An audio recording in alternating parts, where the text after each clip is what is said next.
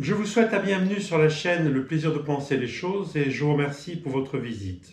Dans cette vidéo, je vous propose de partager une élaboration faite sur le personnage de la femme fatale dans le cinéma hollywoodien. Le fil conducteur de cette élaboration est le suivant. La femme fatale est le produit de l'histoire de la censure à Hollywood, d'une part, et d'autre part, il s'inscrit dans un genre littéraire spécifique nord-américain.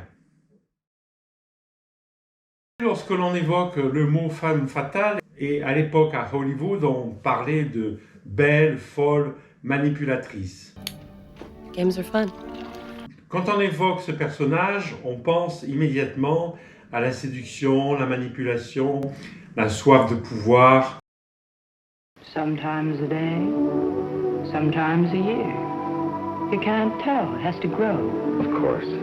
It's a matter of feeling. You know how feeling grows? It's like falling in love, I guess.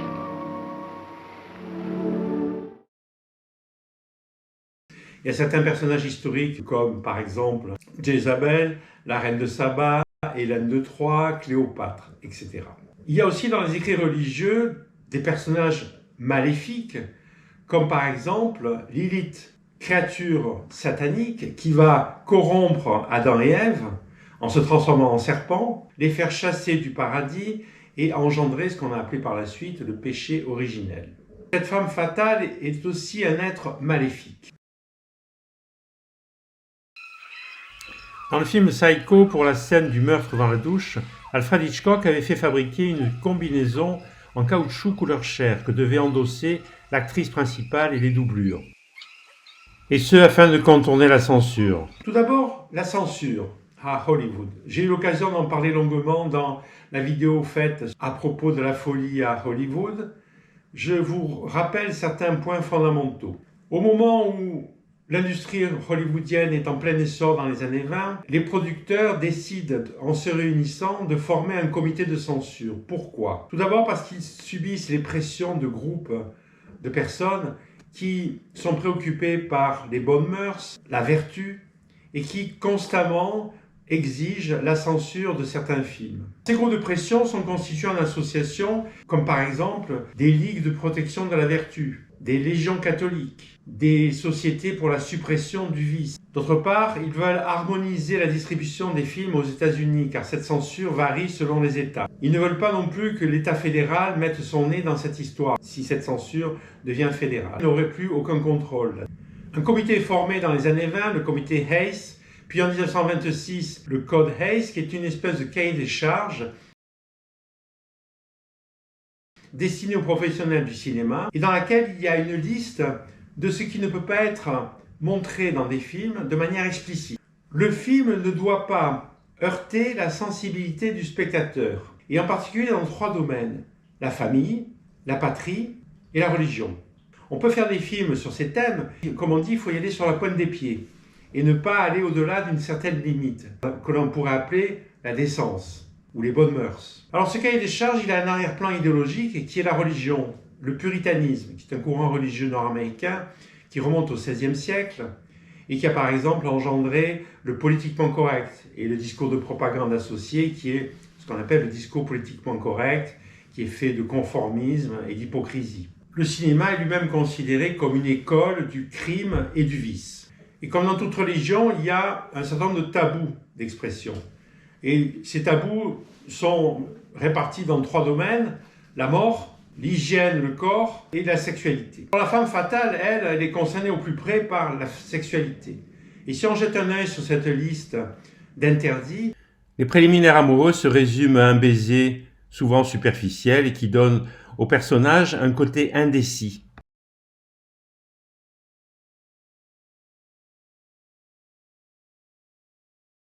Hygiène sexuelle, pour ce qui est de l'autocensure à l'œuvre dans le cinéma hollywoodien contemporain, le préservatif est quasi absent du décor.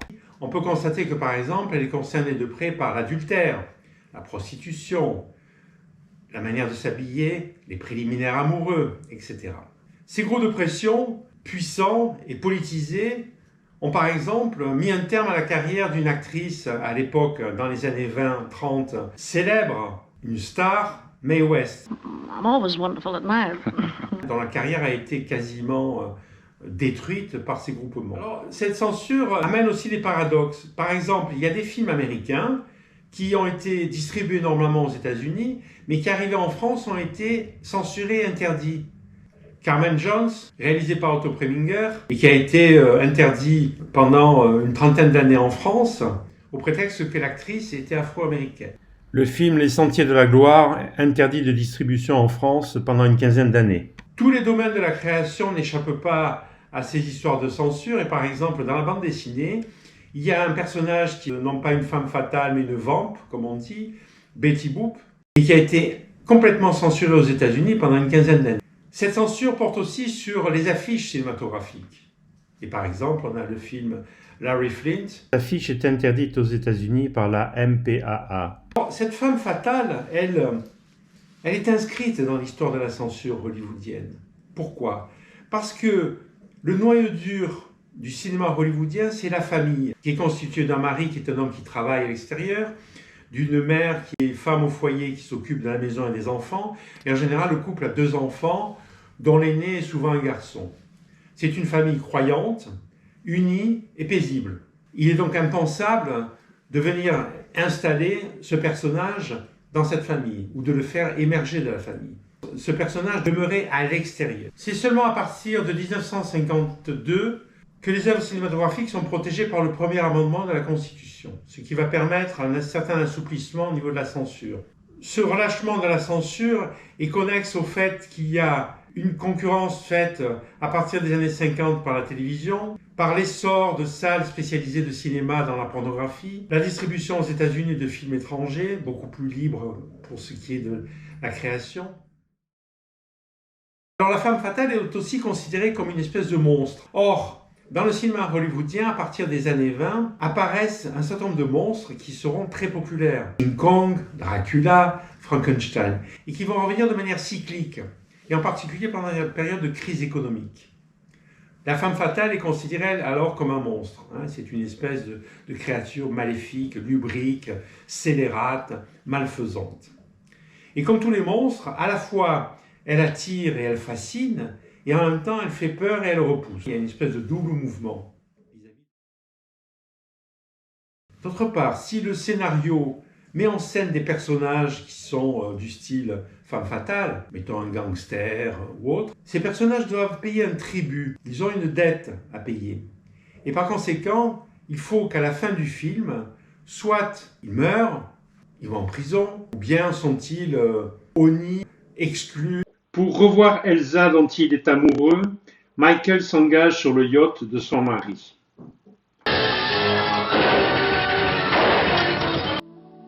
Oh, Michael. I'm afraid. Michael. Come back here. Michael. Please. I don't want to die. I don't want to die!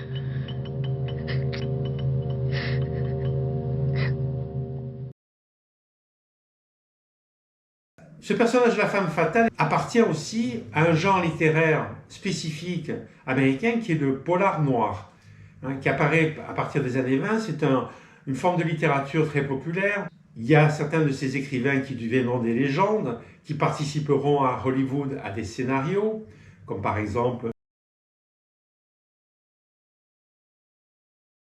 Ce sont des polars, c'est aussi une littérature qui est destinée à faire le portrait de l'Amérique. Mais d'une Amérique qui se situe l'autre côté du miroir, l'envers du décor, où on met en scène des personnages qui sont par exemple des politiciens véreux, des policiers corrompus, des journalistes maîtres chanteurs, des criminels, des gangsters et aussi des femmes fatales. Cette femme fatale, donc les scénaristes peuvent mettre en place ce personnage. Pourquoi ? Parce qu'au fond, s'il constitue un danger ou une menace pour la famille, il ne fait pas partie de la famille nord-américaine. Ce noyau dur du cinéma américain qui demeure jusque dans les années 60, Le scénario en général se déroule en 3 étapes. La première est la rencontre de cette femme fatale avec un homme, une rencontre fortuite où l'homme va être quasiment hypnotisé par cette créature. Dans ce film, John Garfield joue Frank, un employé de bar qui tombe amoureux de Cora, jouée par Lana Turner, qui le persuade de tuer son mari. You drop this? Thanks.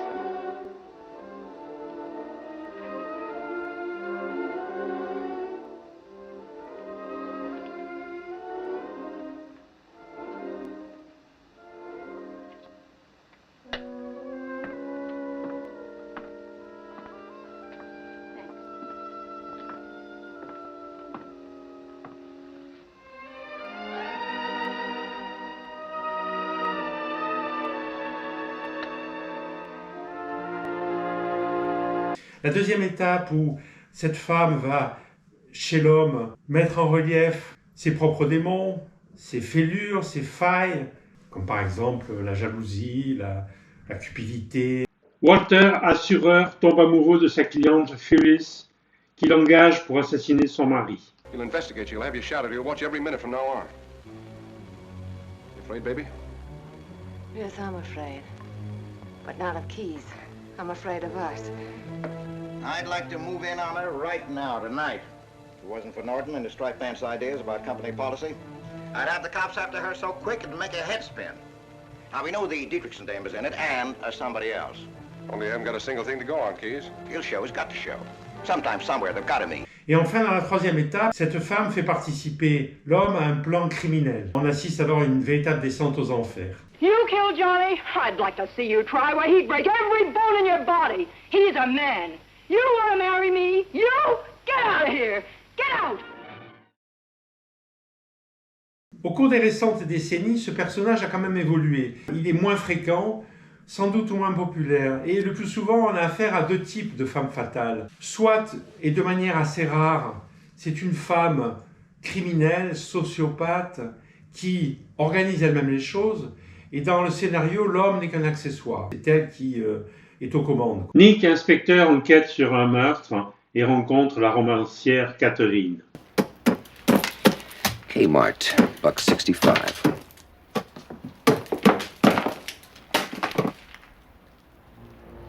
Why don't you let me do this for you?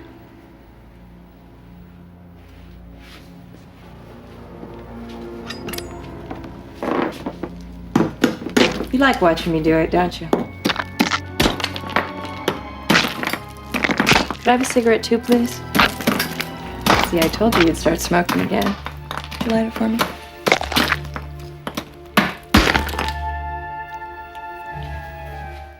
Rosamond, la femme de Nick, disparaît du domicile conjugal pour jouer le rôle d'un ange exterminateur.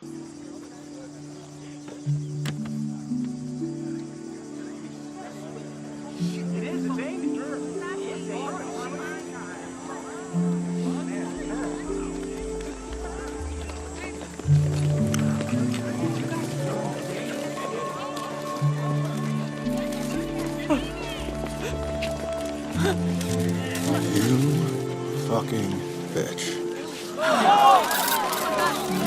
Soit on a affaire à une jeune femme qui a moins de relief et qui sert simplement de révélateur à un homme qui va devenir vers la fin du film une sorte de héros. Le scénario le plus banal, un homme qui laisse son passé derrière lui, qui arrive dans une petite ville où il rencontre une jeune femme, celle-ci est en danger et il se lance dans une espèce de périple où il va finir comme un héros. Pourquoi ? Parce qu'il est dans le camp du bien. Il va donc renouer avec ses propres démons et réussir un pari. Scotty, ex-policier devenu phobique, est engagé comme détective pour suivre Madeleine, une femme envoûtante.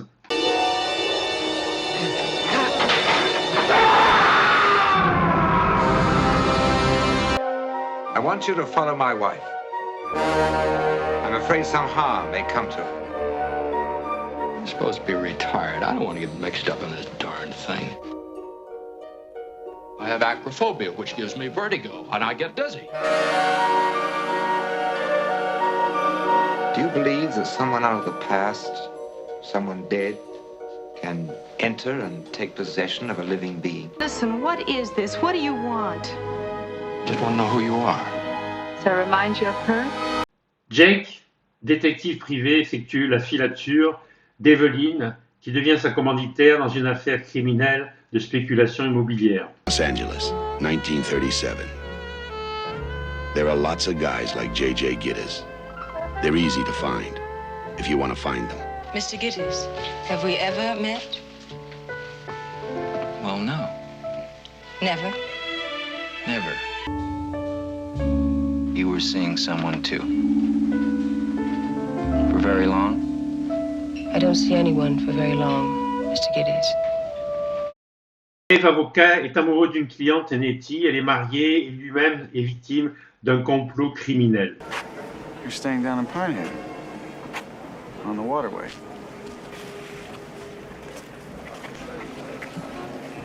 You have a house. How'd you know that? You look like Pinehaven. How does Pinehaven look? Well tended. I'm well tended, all right. Well tended. What about you?